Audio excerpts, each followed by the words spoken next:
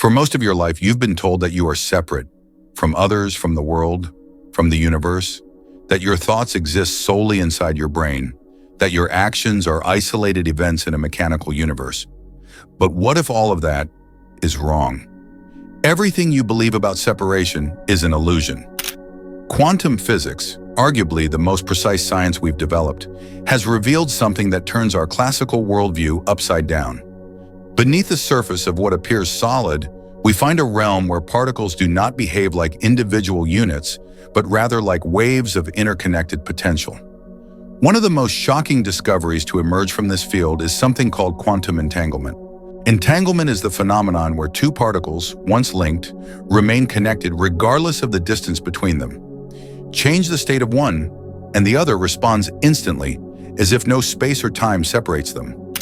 Albert Einstein once called this spooky action at a distance, because it defied everything classical physics had assumed. But it's real, it's measurable, and more importantly, it doesn't just apply to particles, it applies to you. In 1982, physicist Alain Aspect conducted an experiment that shook the scientific world. He demonstrated that entangled particles could instantly affect one another over any distance, proving that there is a non-local field connecting everything in existence. This is not just theoretical, it's a fundamental shift in how reality operates. You are not a separate entity. You are part of a greater field that transcends space and time. If everything in the universe, every atom, every cell, every system, is made of energy and entangled particles, then so is your mind, your emotions, and your very consciousness.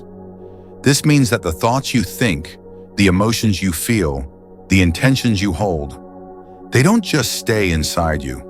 They ripple outward. They touch the field. In his book, The Holographic Universe, physicist Michael Talbot explains, "There is evidence to suggest that our world and everything in it, from snowflakes to maple trees to falling stars and spinning electrons, are only ghostly images, projections from a level of reality so beyond our own, it is literally beyond both space and time." This is the hidden truth ancient spiritual traditions intuited long ago, that we are not isolated beings trapped in flesh, but expressions of a unified consciousness. What quantum science is now beginning to confirm is that reality itself is participatory. You are not simply observing the universe, you are entangled with it. And once you understand this, a new question arises. If everything is connected, what exactly are you connected to? We'll answer that in the next section, as we explore how your consciousness interacts with the universe, not just philosophically, but energetically. We often think of thoughts as private, contained in the skull, firing between neurons, lost the moment they pass. But quantum research and neurocardiology are now challenging that belief. In truth, consciousness is not confined to the brain. It extends far beyond the body, interacting with the world in ways we are only beginning to understand. One of the most compelling insights comes not from physics alone, but from the field of heart intelligence. The HeartMath Institute, a research center at the forefront of this study, found that the human heart generates a powerful electromagnetic field, 5,000 times stronger than that of the brain. More than just a pump, the heart becomes a transmitter, broadcasting emotional information into the field around you. Your heart is a magnetic beacon. Your emotions are signals that shape reality. What you feel, gratitude, fear, joy, resentment, is not just biochemical. These states carry frequency. They radiate outward and interact with a collective energetic web that links all living things. If entanglement proves that subatomic particles are connected across space and time, then it follows that your emotional state could influence outcomes far beyond your immediate awareness. This is not just theoretical. Studies in psychophysiology show that when subjects enter a state of heart coherence, a state of calm, gratitude, or love, their entire energetic field becomes more ordered. This coherence affects others in their proximity. It improves relationships, reduces conflict, and even has measurable effects on plant life and electronic systems. As author Greg Braden wrote in The Divine Matrix, the heart is the key to accessing the field. When we harmonize our emotions, we plug directly into the quantum fabric of the universe. So what does this mean for you? It means that your emotional baseline, your most habitual feelings, are more than moods. They are vibrational commands. You are broadcasting your internal reality into the quantum field every moment, and that field is listening. Imagine a drop of ink in a glass of water. That's your emotion entering the quantum field. It spreads, it touches everything. It changes the structure of the whole. In the next part, we'll go even deeper into the subconscious mind. Because while your conscious thoughts have power, it's the unseen programming running beneath the surface that transmits most of your vibration. You might believe that your thoughts are random, that your energy changes day to day based on mood, sleep, or circumstance. But the truth is far more profound and far more consistent. Your subconscious mind is constantly broadcasting a signal. Even when you're not aware of it, you are transmitting a frequency that interacts with the world around you. The subconscious is like an invisible antenna. It receives signals from your environment and emits its own vibration based on your deepest beliefs. What you've internalized, especially in your formative years, becomes the script your subconscious follows. And that script determines how your energy behaves. You are vibrating even when you're silent, and the world responds to that vibration. Here's the catch. Most of your subconscious programming is not of your choosing. It was absorbed from parents, culture, media, early experiences. If you heard as a child that money doesn't grow on trees or you're not good enough, those phrases became embedded commands. Later in life, even if your conscious mind wants abundance or confidence, your subconscious may still be broadcasting fear, lack, and limitation. Dr. Bruce Lipton, a renowned biologist and pioneer in epigenetics, explains, 95% of our lives are controlled by the subconscious mind, and that subconscious is programmed before age 7. During early childhood, our brains operate mostly in theta wave states, which are highly receptive, almost hypnotic. In that state, we don't critically analyze, we absorb. This means that your subconscious blueprint was formed at a time when you didn't even have the tools to question what you were told. And now, that programming is still running, beneath every decision, every emotion, every outcome. It explains why some people seem to self-sabotage right before success, why others attract the same kind of toxic relationships again and again, why money slips away the moment it arrives. If your subconscious holds the belief that, I don't deserve happiness, no amount of affirmations or visualizations at the surface level will change your reality. You'll always return to the frequency your subconscious is broadcasting. But here's the empowering truth. This frequency is not fixed. Just like a radio, it can be tuned. Just like software, it can be reprogrammed. The first step is awareness, the understanding that what's manifesting outside you is reflecting what's stored within you. In the next section, we'll explore where your subconscious programming actually comes from, how your earliest years, when your brain was in a hyper-absorbent state, created the invisible rules that govern your life today. Before we can rewire the code, we must understand who wrote it. You were not born with beliefs. You were born with potential. But from the very beginning, your mind began absorbing the world around you, not through reason, but through repetition. As a child, you didn't choose your beliefs. You inherited them from your environment, from your caretakers, from the emotional tone of your earliest experiences. This is where your subconscious was first shaped, and the shape it took then still governs your life today. The subconscious doesn't forget. It stores every rule you never agreed to. During the first 7 years of life, the human brain predominantly functions in theta brainwave states, a range similar to deep meditation or hypnosis. In this state, children absorb everything as truth. There's no filter, no judgment, no discernment.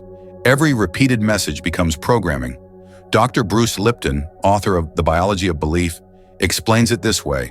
The first 7 years of a child's life are spent downloading programming from the environment.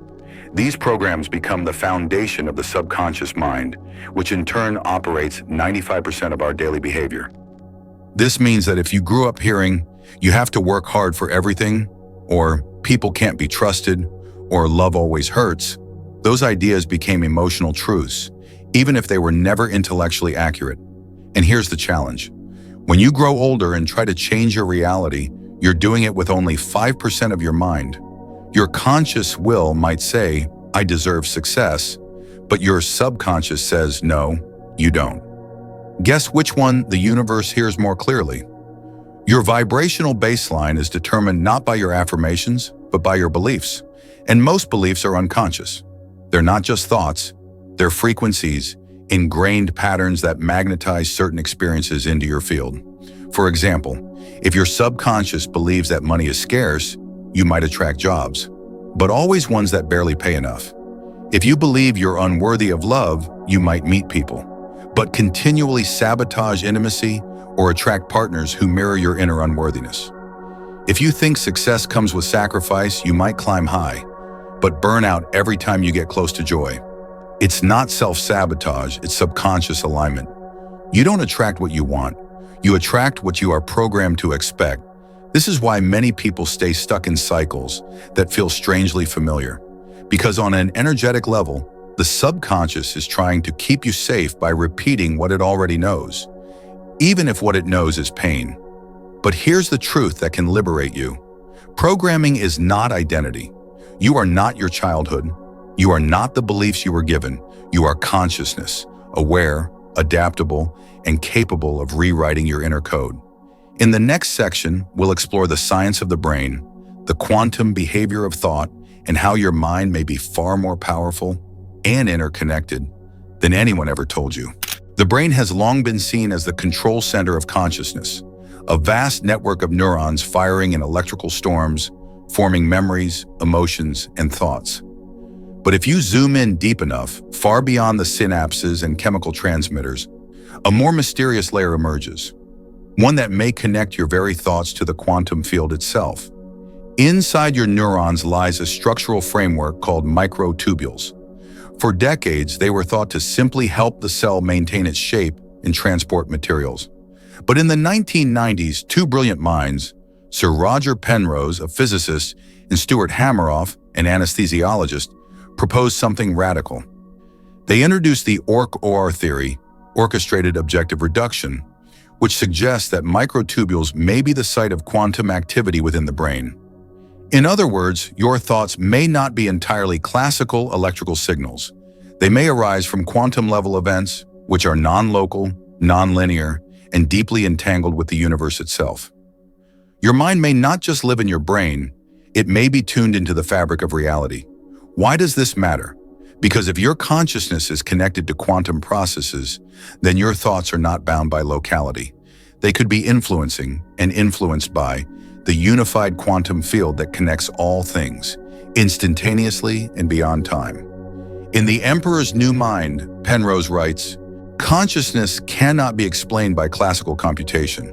The roots of thought may lie deep in the quantum structure of reality." And Hameroff adds, "If consciousness emerges from quantum states in the brain, then it is inherently entangled with the universe. The mind becomes a receiver and transmitter of quantum information." This changes everything. You are not just a brain observing the world. You are a field of awareness, participating in a quantum system, receiving impressions from reality, and sending your own vibration back. When you realize this, meditation, intuition, synchronicity, and deep insight stop being mysterious. They become features of a quantumly connected mind. In the next section, we'll explore how these quantum thoughts interact with emotion, how your feelings act as amplifiers or distorters of the signal you send into the field. Thoughts hold power, but thoughts infused with raw embodied emotion, that's when they become magnetic. That's when reality begins to bend.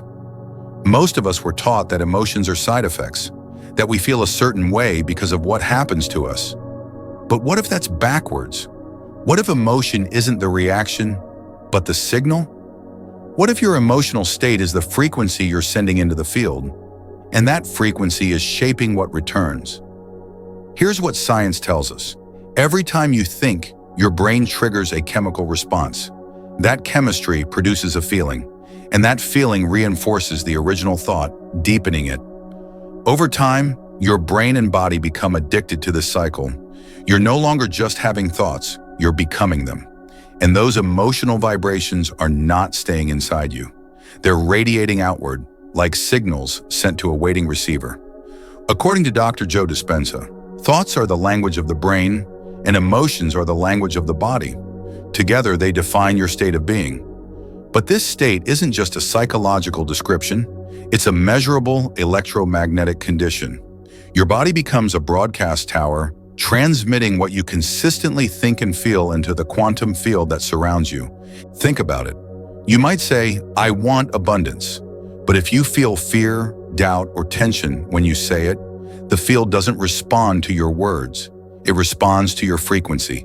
It responds to your emotional truth. And this is why affirmations on their own often fail, because it's not about repetition, it's about resonance. If deep down you still feel unworthy, no number of positive phrases can override that. The universe hears the dominant signal, and the dominant signal is always how you feel. High-frequency emotions like gratitude, joy, love, trust create coherence. They harmonize your body, your brain, your heart. And when your inner world is coherent, your external world begins to mirror that order. But if your baseline emotion is anxiety, resentment, or lack, that's what you're projecting. That's the vibration you're anchored to, and that's what reality reflects. So the key is not to wait for your life to change so you can feel better. The key is to feel better now, so your life begins to change. Abundance has to be practiced emotionally before it becomes physical. Love has to be felt energetically before it shows up in form. Peace has to be cultivated in silence before it manifests in circumstance. You are not just thinking your world into existence. You are feeling it into form.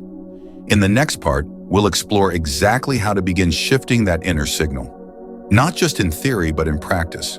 You'll learn how to condition your body into a new emotional baseline, one that resonates with the life you were born to create. Understanding the subconscious is not enough. If you want your external life to change, you have to change what your subconscious is broadcasting. That means you need to do 3 things with precision. Become aware of your internal patterns, interrupt them, and install new ones. Here's exactly how. Step 1. Observation is not passive. You need to treat your daily thoughts and emotional responses as data. Throughout the day, begin journaling what you think in moments of stress. Write down your inner dialogue, especially when you feel fear, scarcity, or insecurity. Don't just think about it. Capture it on paper. Ask yourself, where did I learn to think this way?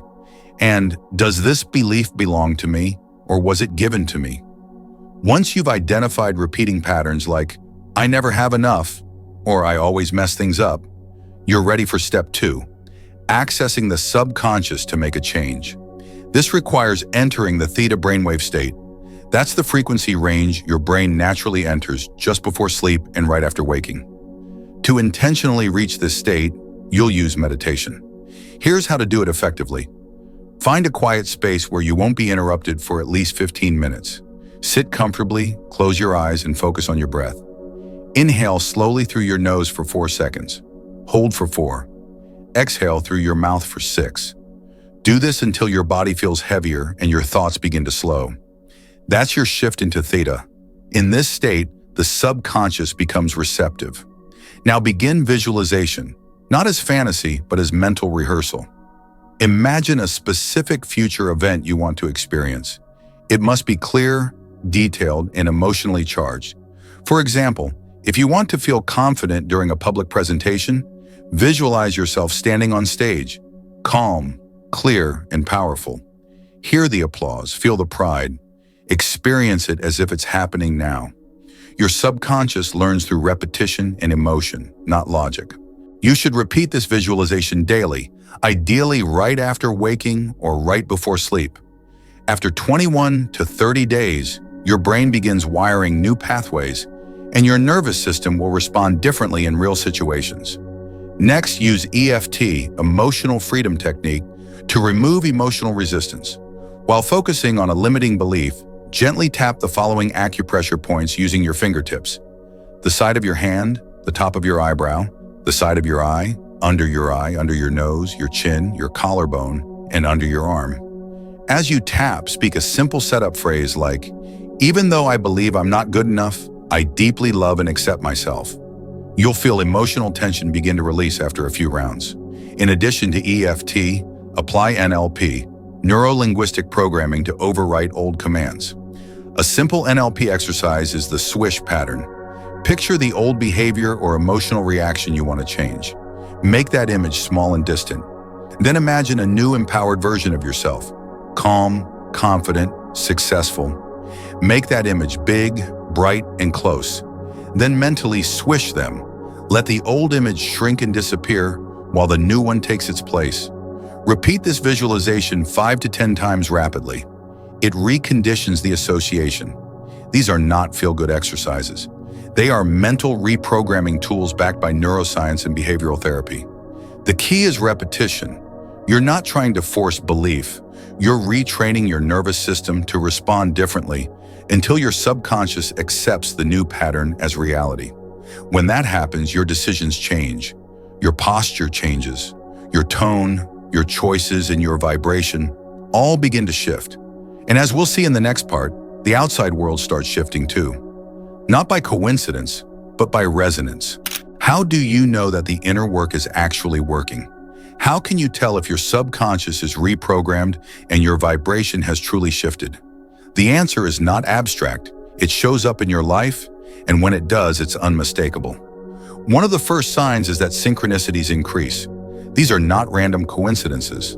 They are meaningful patterns that seem too precise to be accidental. You think about someone, and they message you within minutes.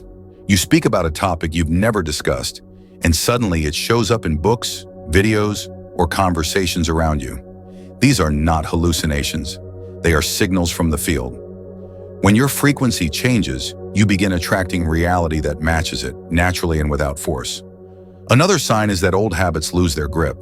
You may find yourself reacting differently to situations that once triggered you. Instead of panic, you feel calm. Instead of doubt, you feel grounded. This shift doesn't come from trying harder. It comes from no longer being energetically matched with the old pattern. The subconscious has changed, so the reaction changes with it. Your intuition becomes clearer. You get nudges, strong, quiet impulses to take a certain action, go to a specific place, reach out to someone, or try something new. And when you follow those nudges, you're often met with opportunities, insights, or connections that align perfectly with what you've been visualizing. Your environment begins to shift.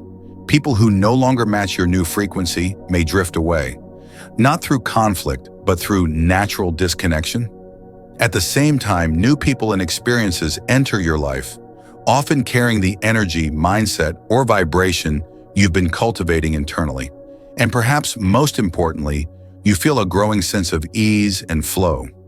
This doesn't mean life becomes perfect or challenge-free. It means you no longer interpret obstacles as signs of failure. You begin to trust the process. You meet resistance with clarity, not collapse. You stop chasing and start aligning. These shifts are not imagination. They are reflection. They confirm that your energy field, the signal you're sending to the universe, has changed. In the next part, we'll talk about what often happens right after this alignment, the test. Because before a new reality solidifies, the universe often checks if you're truly vibrating at the new level or just visiting it temporarily. There's a strange moment that happens to many people on the path of transformation. You begin doing the work. You meditate. You visualize, you feel your energy rising, and then suddenly, life pushes back. An unexpected bill shows up. A conflict arises out of nowhere. A job opportunity falls through. And you ask yourself, what am I doing wrong? The answer might surprise you. You're not doing something wrong. In fact, you're likely doing something very right. What you're experiencing is what many teachers call the universal test. When your vibration starts to change, when you begin aligning with a higher reality, the field around you must recalibrate. That recalibration often brings contrast, not as punishment, but as proof. It's a way for the universe to ask you one question. Are you sure? Are you sure you want abundance, even when money seems tight? Are you sure you've let go of fear, even when uncertainty shows up? Are you sure you've reprogrammed the belief, I'm not good enough, when you receive criticism or rejection? Transformation doesn't get confirmed through comfort. It gets confirmed through consistency under pressure. The subconscious mind doesn't just change with one affirmation or one good meditation session. It changes through repetition, through action, through proof. And the universe mirrors this. It will often bring you a situation that looks like your old reality, not to pull you back, but to give you a chance to respond differently. Imagine someone who has been visualizing abundance for weeks. They feel more confident. They believe they're ready to receive. And then one day, an unexpected expense hits. In that moment, their old program might resurface. Panic, frustration, lack. But that moment is the opportunity.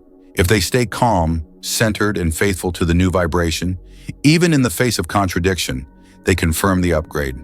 Think of it like cement drying. At first, it's wet, flexible, and easy to shape. But once it sets, it holds. Your new vibration works the same way. During the initial phase, it's soft. Life will touch it, press on it, test its shape. If you hold steady, it becomes permanent. This applies to any area of life.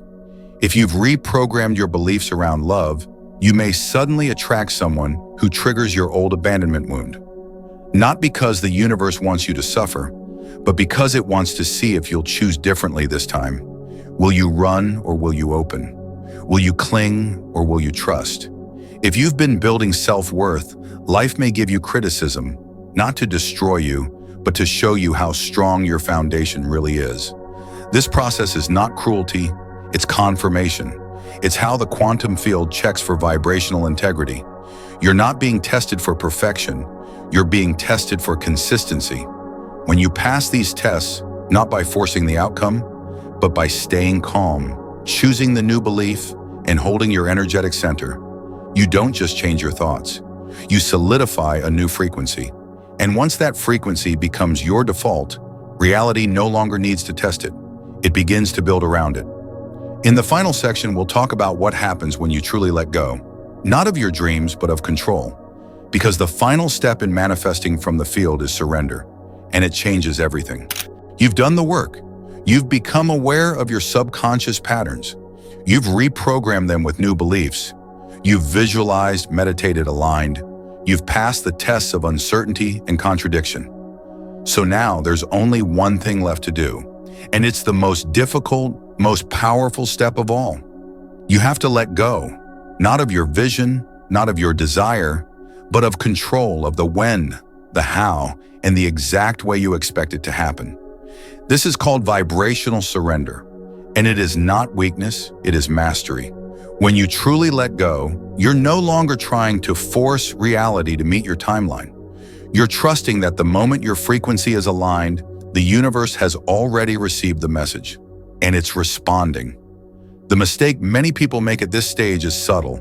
They visualize, they affirm, but deep down they're still trying to control the outcome. They keep checking for results. They overthink. They watch the clock. That urgency sends a contradictory signal.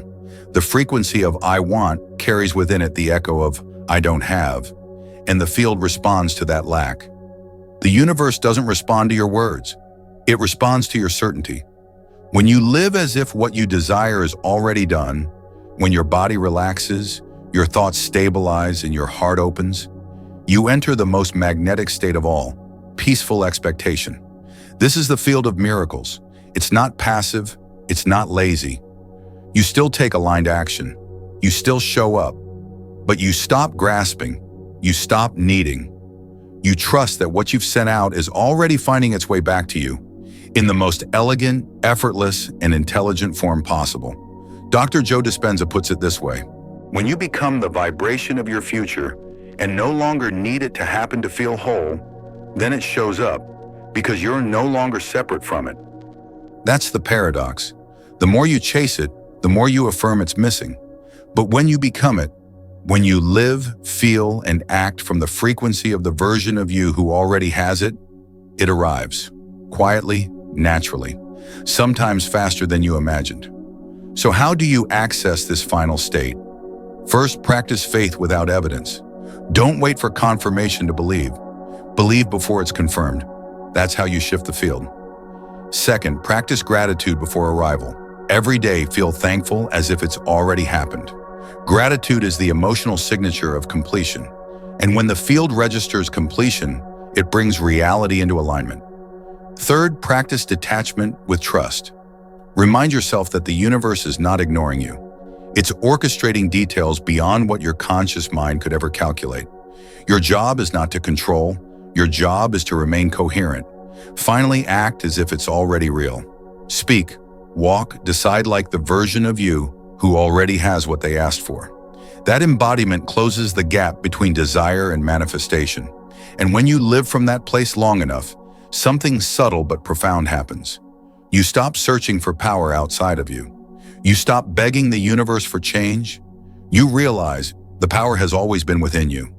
Your vibration is the blueprint. Your trust is the activator.